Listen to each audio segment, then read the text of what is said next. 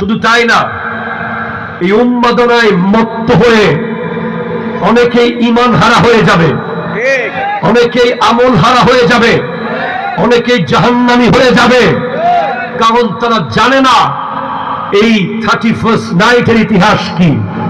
আপনি অবাক হয়ে যাবেন, জানুয়ারি যে শব্দটি আমরা ব্যবহার করি ক্যালেন্ডারে, জানুয়ারি কেম ফ্রম জানুস। জানুস নামের একজন দেবতাকে রোমানরা পূজা করত, যেই দেবতার দুইটা মাথা, একটা পেছনে একটা সামনে। তারা 31 ডিসেম্বর রাত 12টার আগ পর্যন্ত জানুসের পেছনের মাথাকে পূজা করত, বুঝাতে চাইতো যে জানুসের পেছনের মাথার কারণে তাদের 1 বছর ভালো কেটেছে।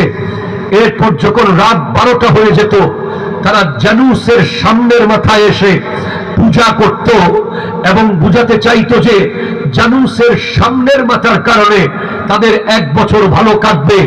এমন ভয়ঙ্কর তথ্য না জেনে না বুঝে ইহুদি নাসারাদের অনুসরণ করে আজকের প্রজন্মর social culture, political culture, family activities, প্রত্যেকটা কিছুর মধ্যে ইহুদিবাদ, নাসারাবাদ ঢুকে গেছে।